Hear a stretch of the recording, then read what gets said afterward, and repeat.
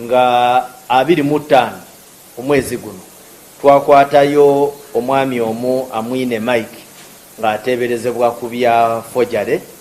Actually yekye yakola bamuteebereza kubanga charge gye bamuteekako nti yagenda ne yeeyita DPC wa Kyotera n'atandika okusaba abantu akasente. Bagenda omufuna era ne bamusanga n'ebizibiti ebimu ebijjo tuyamba mu kunoonyereza kuno. So temugwa mu mitego nga gino. Mugezeeko nnyo okulaba nti mukolegana ne police ne LOCs n'abantu betwogeddeko directly n'ebintu ebirala bye n'abasogeddeeko mutuukirire advert yaffe byonna mujja bisangamu. Incident just waliwo stories endala zenjagala okusharinga nammwe. Emu eri ku waliwo maama n'omwana we mu Kyankwanzi district nga amanyiddwa nga Zawede Edith w'emyaka 38 ne muwala we Abigail Muwanguzi Nalubega ow'omwaka gumu kitundu. Bano batiddwa amasanyalaze ku kyalo kya Kikonda B Village Nsambya sub county. Kati bwe twasindiseeyo teams zaffe, yes, twasobodde okununula emirambo egyo ne tugitwala mu ggwanika, naye nga mu kunoonyereza kwaffe sofa kye twakasanga twasanze nga mulimu ekigambo kya kuconnectinga ku masanyalazi obutali kuyita mu mitendera emituufu. Kati kyova ndeese story eno wano nti tulina bakamyufu bangi nnyo eyo gye tusula, naye balina okumanya ekintu kimu. Kati nga bano abakonectinze illegal ennyumba ate neevaamu okufa, bano balina kunoonyerezebwa, balina okufunibwa basobole okubitebya. Bo balowooza nti obwakamyufu bukoma just mu connectinga. Oyinza okonectinga enju y'omuntu nejja, kati nga bano okonectinga ne wavaamu okufa. So bano bakamyufu bano twagala okubalabula nti wano waliwo omusango munene era mulina okugutebya. Kisembayo twafunye incident e Mukono mu area ya Kiwanga zone mu Goma division. Tuyina ababbi balinga 10 abaali bayina ebipanga nga batulugumya abantu, naye nga tuyambibwako abantu ba bulijjo ne poliisi yaffe eya Namanve basobola okubaŋŋanga, wadde abamu badduka, naye twasobola okufunayo omu we bayita Angolo Abudu ow'emyaka 22. Oyo bwe yali adduka, poliisi yaffe yasobola okumusanyalaza. Mu luzungu kye tuyita incapacitating him, okusobola okumukwata era nga tumuyina mu mikono gyaffe. Yes, obuvune bwe yafuna twamuwadde obuyambi, naye nga agenda bitebya ng'amateeka bwe galagira. Mwebale nnyo, mwebalire ddala.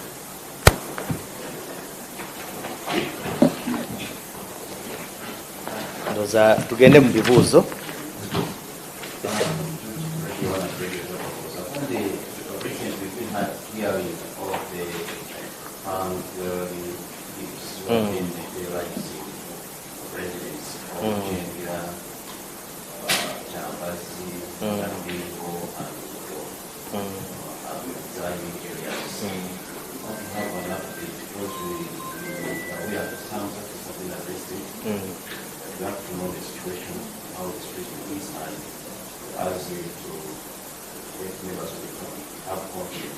Okay.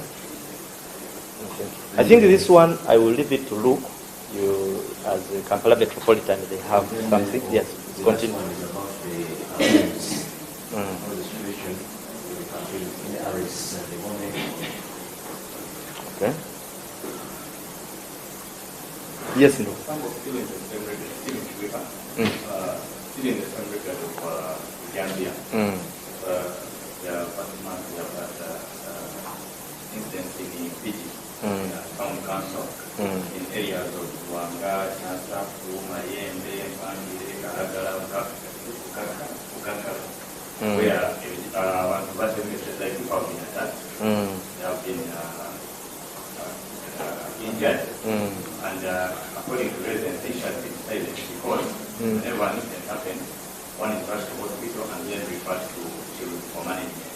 However, this most recent contact is interrogated at age, sex, and whatever is happening.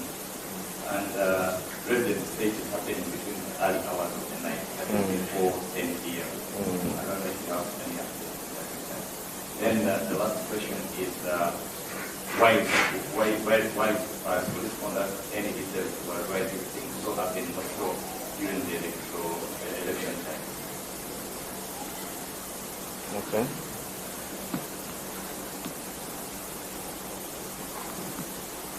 Yes.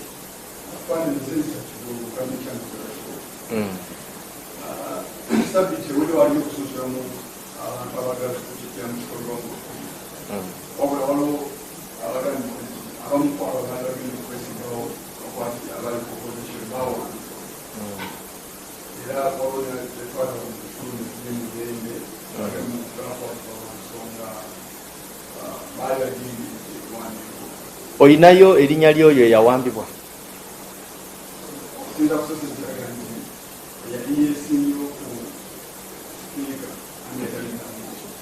It's okay, nja kuddamu. Kyova olaba nkubuuziza nti oyinayo. Okay, fine. Okay, continue.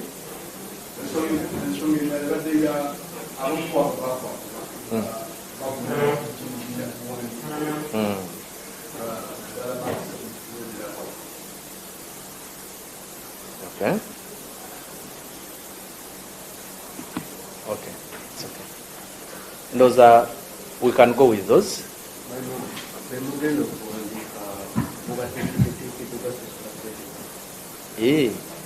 Sente those are, okay, jakuta.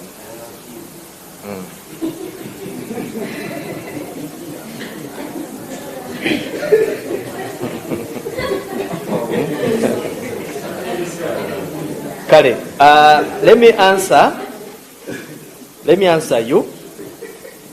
First and foremost, the issue of one of our colleagues here has raised the concern of panga wielding criminals.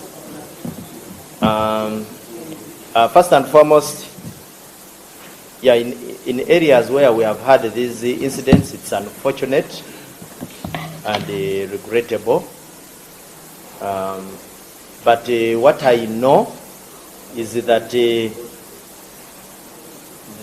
whenever we have these incidents, police tries as much as possible to follow up. And if you are very observant, we have been giving you updates on our operational successes. These incidents once in a while occur, and the police tries as much as possible to establish those individuals. One of the things, of course, we need to appreciate is we have a number of these young men who are so sunk into consumption of drugs. We carry out occasional operations. We get them. Of course, sometimes it takes us some tedious exercise to link them to very specific crime scenes. But whenever we get them, I've been telling you here, we get them with drugs, where they always are scanning their potential victims around trading centers. So the operation is going on. Our officers have had meetings of recent to address this kind of challenges, security challenges. You must have seen, like for example, in the issue of Nsanji, the director of operations I think it was last week, he had to go and meet the community and the commanders, because some of these perpetrators are community members, so it takes also the input of community to identify them. And we have also been guiding the community on how best we can have a collaborative arrangement to ensure that we detect these fellows and pick them out of the community. But we are trying our level best. We are trying as much as possible to reinforce the police in our territorial formations with all forms of capabilities. And we think that the situation will always get better. But where any citizen out there has any information in relation to crime and in relation to particularly criminals of this category, share it with us. We shall do something. And now this one begs that I should be giving you a little more frequently. We have concentrated mainly on election policing, but I think I should give you more information about crime, because some good work is always done. Some of these fellows are arrested. And I think, look, if you have any, you will share. And the incident I reported of Mukono speaks to the same, because these were panga welding fellows. One was disabled, and as we speak, he's in our custody, and we could end up getting even his colleagues. So, but it is unfortunate where we receive these incidents, and we shall do a little better. Let me comment about the campaigns. We are having the presidential elections campaigns. They are going on smoothly. And like I said last week, where we register any incident that may not necessarily be very palatable with everybody, let's forgive each other, but at least I can ably speak that our officers are trying as much as possible to do a commendable job.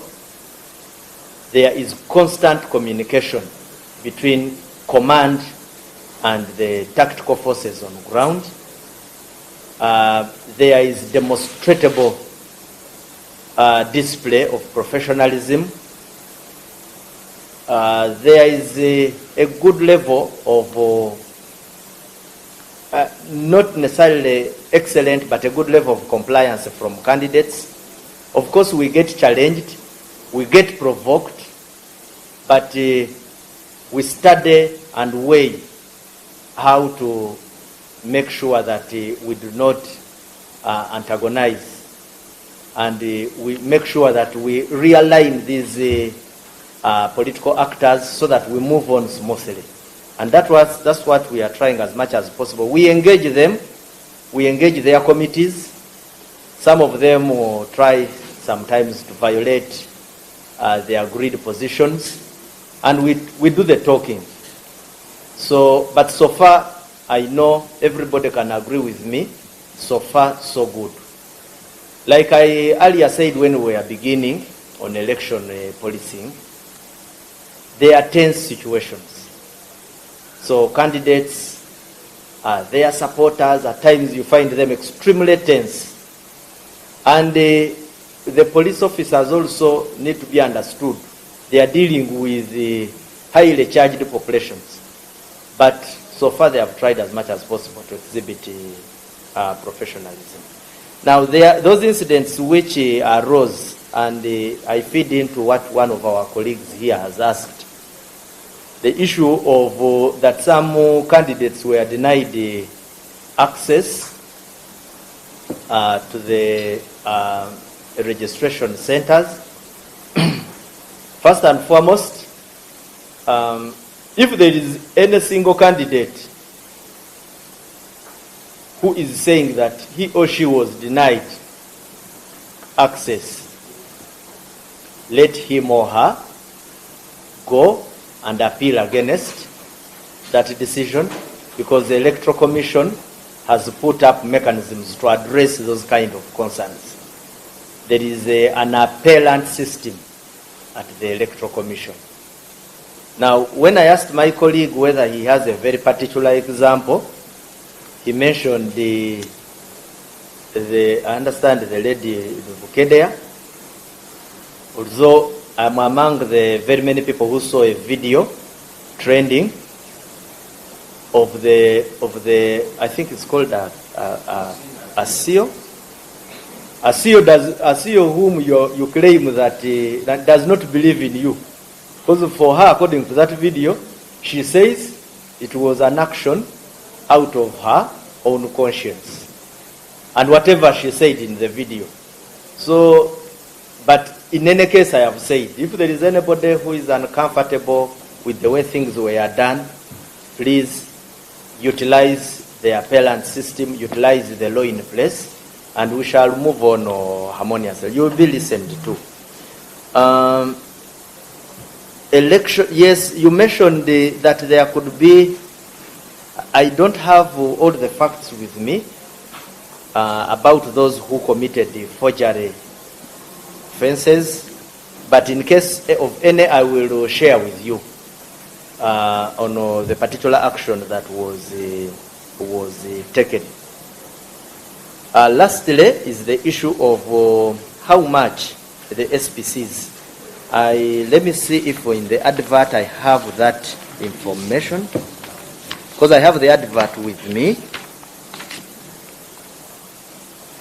Yes, they will be remunerated.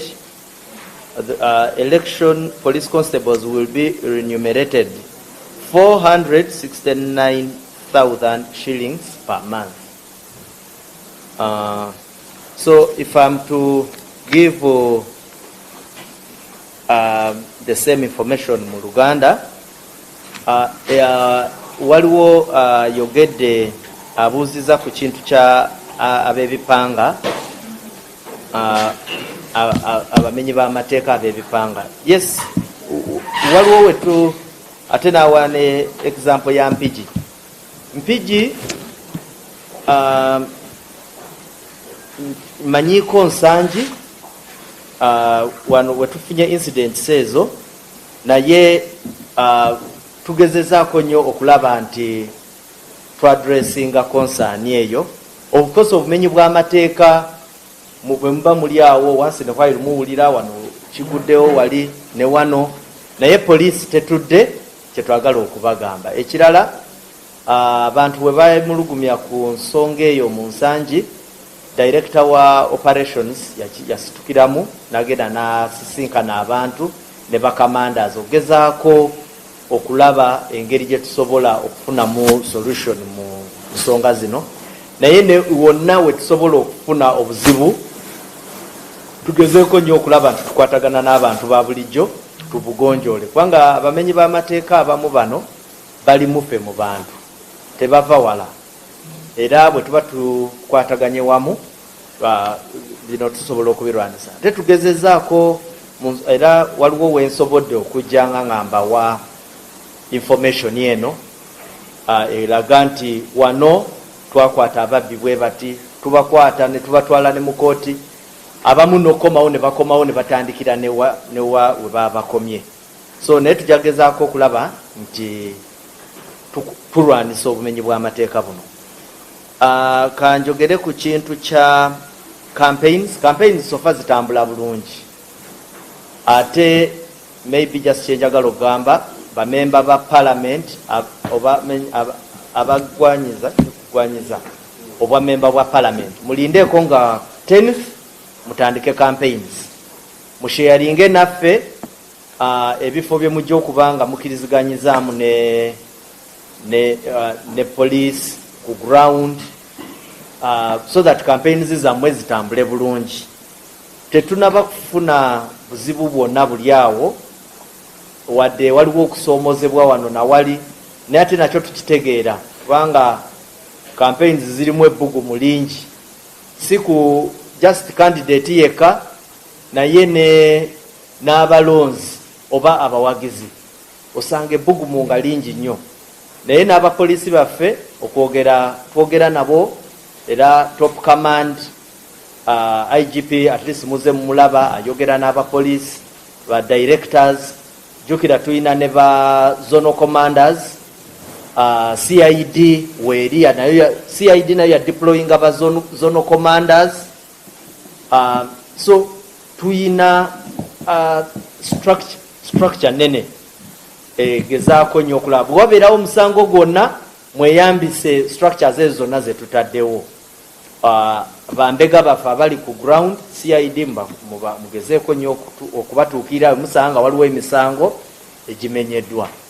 Ba commanders oyinza obutakkiriziganya na DPC naye kyova waliwo RPC, ate na RPC naye bw'oba kale tokkiriziganya naye kyova bateekawo yateekawo zonal commanders, ate nabo twabanjula ne tubabawa amanya. So tusuubira nti bw'ofuna challenge yonna obatuukirira kifo ky'okutwalira amateeka mu mikono. Then kiri ndugu omukyagambye nti tuwulira abantu abamu bawambibwa. Of course wenkubuuziza nti ani nogamba nti tuwulira nti ebukedeya, nze akavidiyo kenalabyeko kakebukedeya waliwo omukyala oyo eyavuddeyo ye n'agamba nti nze siwambibwangako okuva mu lukaano luno, nze yakola ki, it was out of my own volition. Naye ate kyetusinga ebyo nga tetubigenze namu, ezo details tetwetaaga nazigendamu. Omuntu yenna bw'obanga owulira toyina kumalwa ku ngeri process gyebe ekwatiddwamu, kozesa amateeka agaliwo. Kati nga for example awo kyemanyi electoral commission eyina tribunal, nti bw'oba eyina appellant system, eyina wawoddukira bw'oba nga tokkiriziganyiza nabiri ku ground. So tubasaba mweyambise amateeka. Ekisembayo ndugu omwa ambuuziza nti ba SPCs bemwagala okurecruitinga mubasasula mmeka. Tujja kubasasula $46,900 eza shillings eza Uganda. Mwebale nnyo, mwebalire ddala.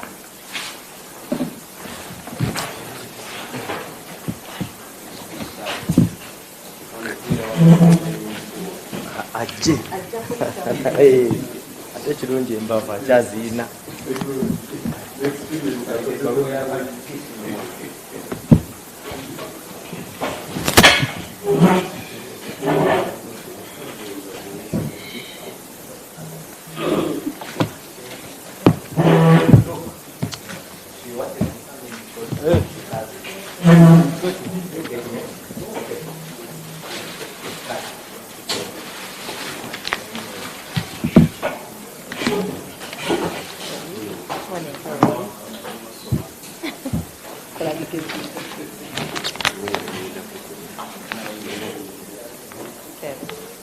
Good morning, members of the press.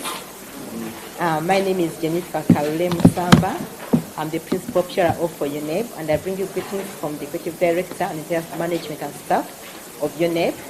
We are currently conducting examinations for the Uganda Certificate of Education Senior 4, and this is our third week running. And so far so good. We've not had any major incidents during the past 2 weeks, and we hope everything will go on well in the remaining period. This morning, the candidates are writing the practical paper for the Information and Communication Technology, ICT. Last week, the candidates were able to complete most of what we call the high entry papers, and these are mainly the compulsory papers. And for the remaining 2 weeks, they are going to be writing examinations for the electives or the optional subjects. And under the new curriculum, candidates are expected to have at least 2 optional subjects, or at most 2, or at least 1. So many of them will be writing at least 1 examination paper this coming week, 1 or 2 examinations, which are optional papers. These are low entry papers. We don't expect a high turn-up for these papers. Over the last 2 weeks, we did not have any major incidents, like I said. there was no case of information leakage or malpractice, mainly the leakage whereby the learners get to access the paper before it's due time. That is the worst case of malpractice. There could be others which could be impersonation or external assistance in examination rooms, but as far as leakage is concerned, we did not get any case reported. And for this, we would like to applaud our teams who were on the ground doing supervision. We mainly had the scouts, the invigilators, and then of course you also have the security teams and the coordination team and the secretariat. I want to thank them so much for the job well done. We also want to thank once again the teachers who despite industrial action, came to supervise the examinations, and they helped in this process very much. We've been able to deliver examinations to our stations in good time for the third week, and in so doing, we also withdraw the scripts of the learners from the various stations to make sure they are in safe custody before the time of marking. During the week, during this time, we've had some candidates who did examinations when they are pregnant, and one of them did deliver. This is a learner from a school called Millennium High School in Koboko. She turned up for chemistry practical on the other Friday, on the 17th, and she got labor pains, so she was rushed to a health center 3, where she was admitted and supported, and she was able to deliver her baby by 10:30. Unfortunately, she had some complications, so she could not go on with the examination at that time. Fortunately, it was a practical paper, and we had an alternative paper last Friday, paper 3, which she was able to register and do under protest. I want to congratulate the learner as well as the school. And then we had 17 candidates who were reported to be pregnant. They've been doing the examinations when they are pregnant. They've been able to do their examinations. Some of them get complications, and we try to assist them in every way possible. And where possible, we give them the 45 minutes, which is given to learners who have special needs. However, the board doesn't condone teenage pregnancy, but for the board, for as long as a learner is registered and they are able to come for the examination, we shall go ahead and conduct the examination and administer the examination to the candidates. That is why we give these learners their examinations. We also had 3 learners who are breastfeeding. This got some bit of complications during the practicals because they have to go breastfeed, come back, do the examination, and we give them an extra 45 minutes to accommodate the time when they are out, when they are breastfeeding. The board would like to commiserate with the IGP and the entire Uganda Police Force for the loss of the late Commissioner Mathieu Godfrey, who for the last 7 years has been part of the UNEP security team and was very instrumental in ensuring that we have security countrywide for the UNEP examination. We also lost an area supervisor of Ramata, the late Tobias Mutsinguzi, who passed away after a short illness. We also commiserate with the family, the students of the school, as well as the colleagues who are area supervisors and head teachers. During the last week, we had some schools report that they had rowdy candidates who were trying to disrupt the examinations, and these had to do examinations under police surveillance. Under the regulations for the management of the examinations, if a candidate is found to be involved in improper behavior, is rowdy or unruly, or doing anything which is like to disrupt the examination or disrupt all the other candidates, that is regarded as a malpractice. According to the regulations and as quoted in the timetable, improper behavior like making noise, disobeying supervisors, invigilators, violent behavior such as attacking or threatening invigilators and fellow candidates, or disrupting an examination is a form of a malpractice. The board therefore would like to caution candidates and their parents to make sure that they avoid getting involved in acts that would cause them to be discontinued. We want to call upon the parents to do their best to talk to their candidates, talk to their learners, to be disciplined, and want to caution the candidates. Being a candidate doesn't stop you from being disciplined, and doesn't make you being over and above the school rules and regulations. We therefore ask them to try and be disciplined during this remaining time. Otherwise, they risk being discontinued from the examination.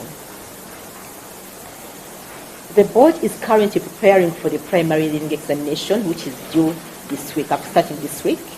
On Friday, we are going to have the briefing of the candidates. That is Friday 31st. We shall have the candidates briefed from their schools by the various head teachers. We want to encourage the head teachers to take this as a serious activity and ensure that they actually do brief the candidates themselves. In the meantime, we are carrying out various preparation activities, and over the weekend, we were able to brief 150 monitors who are now doing their work countrywide. They are going on the various districts to brief various personnel whom we are going to be working with at the district level. And this includes the district invigilators, includes the scouts, as well as the security personnel who are going to support us in the supervision of the PLE examination.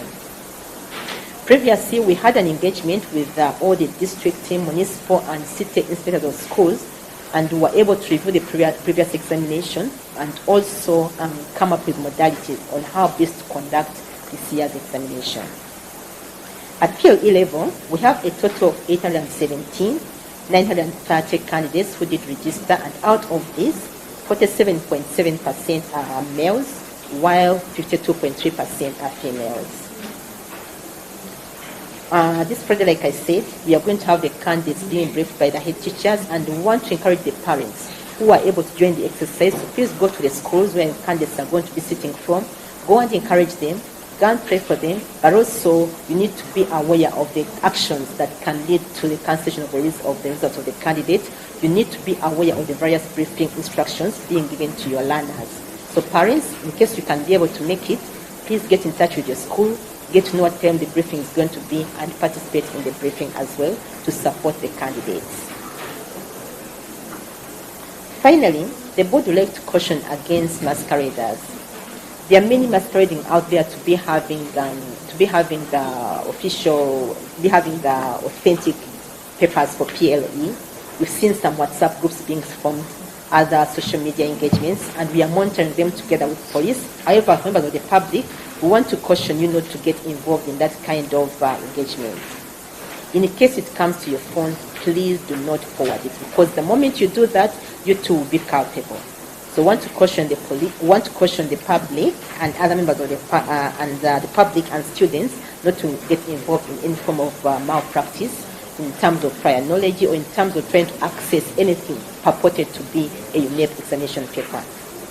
As a board, we want to assure the public that nobody is going to access any of our papers. Our security is guaranteed. However, people who are masquerading are also still culpable. I want to thank you for your attention. For God and my country. Mu Luganda, ekitongole kya Uganda National Examinations Board tuli mu kuteekateeka ebigezo eby'abayizi nga wenjogerera abayizi abasinya eyokuna bakatambuzaako ebigezo wiiki 2 kati wiiki eyokuna etandise olunaku olwaleero.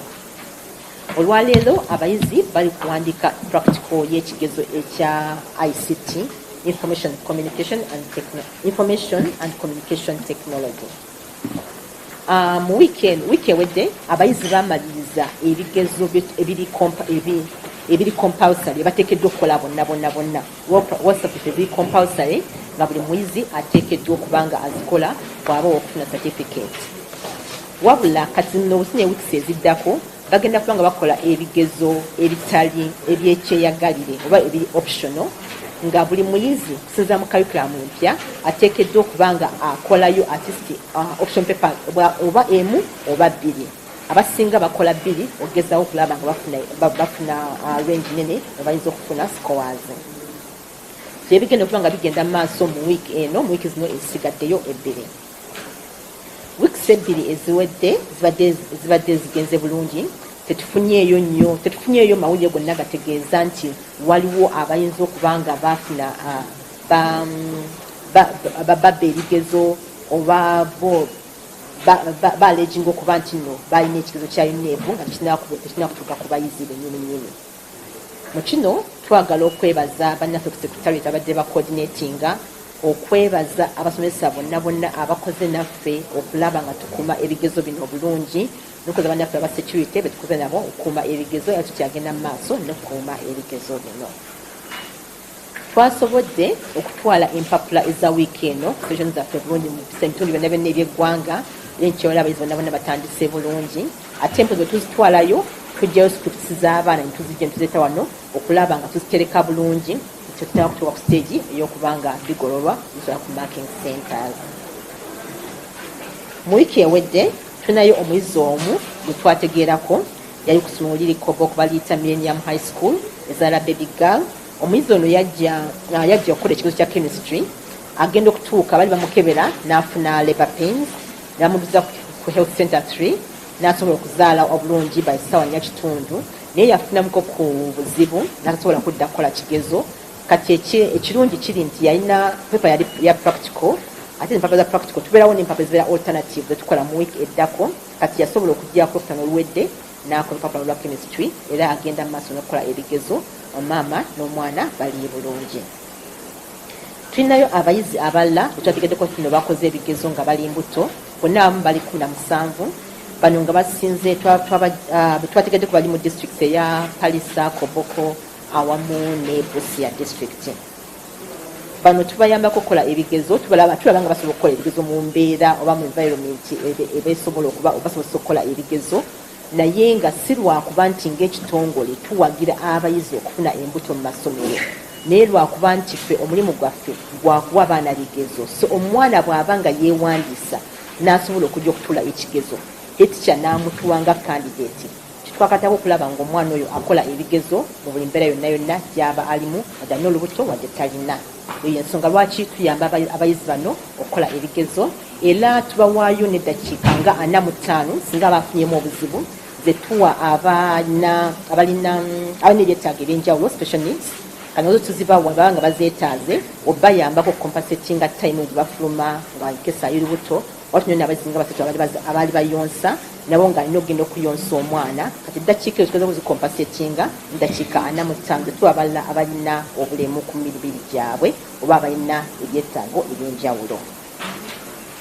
Ekitongole kyagala okubagiza abannaffe omukulembeze wa poliisi wamu ne bannaffe bonna abe poliisi olw'okufiirwa omukulu yali commissioner wa poliisi Mate Godfrey. Ono nno ng'amaze emyaka 7 ng'akolagana naffe nga UNEB ogezaawo okukuuma ebigezo era abadde mu ssaala ennyo mu kukuuma ebigezo bya UNEB. Ono tutunywerera wamu n'ekitongole kya poliisi awamu ne ba security bonna.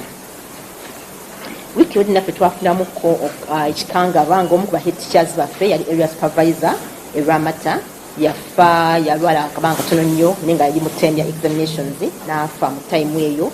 So twagala okuwa Mwami Tobias Musinguzi, twagala okubagiza family ye n'ab'essomero wamu ne ba head teachers bonna ba area supervisors okufiirwako munnaffe oyo. Era mu wiiki eyo twafunamu amasomero agamu agatutegeeza nti waliwo abaana abaali baagala okwegugunga. Opapa gye bakolanza yali ya history ng'abaana bagamba yali nzibu nnyo ne bayiza epapula ne baagala okuba abasomesa okuba ba invigilators ne beegugunga amasomero agamu. Kati ne babayitira poliisi era abaana abamu bano bagenda kukola ebigezo babeerako ne poliisi emuwerekera abasobola okusa ku poliisi n'ajja n'akola ebigezo ne bamuwerekera ne bamuzaayo ewakaawe oba nkisinziranga omusango bwe guli.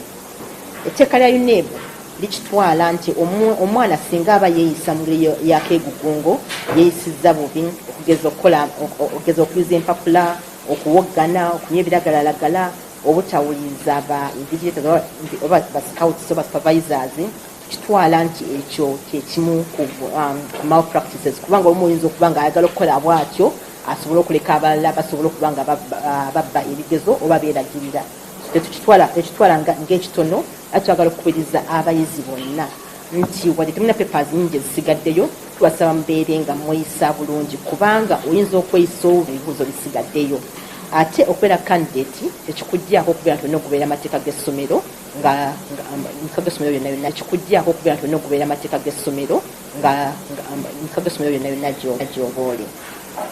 Twagala okusaba abazadde bwe kisoboka musobole okuba nga mwogera n'abayizi n'abaana bammwe baleme okweyisa obubi kubanga ekyo kisobola okweetera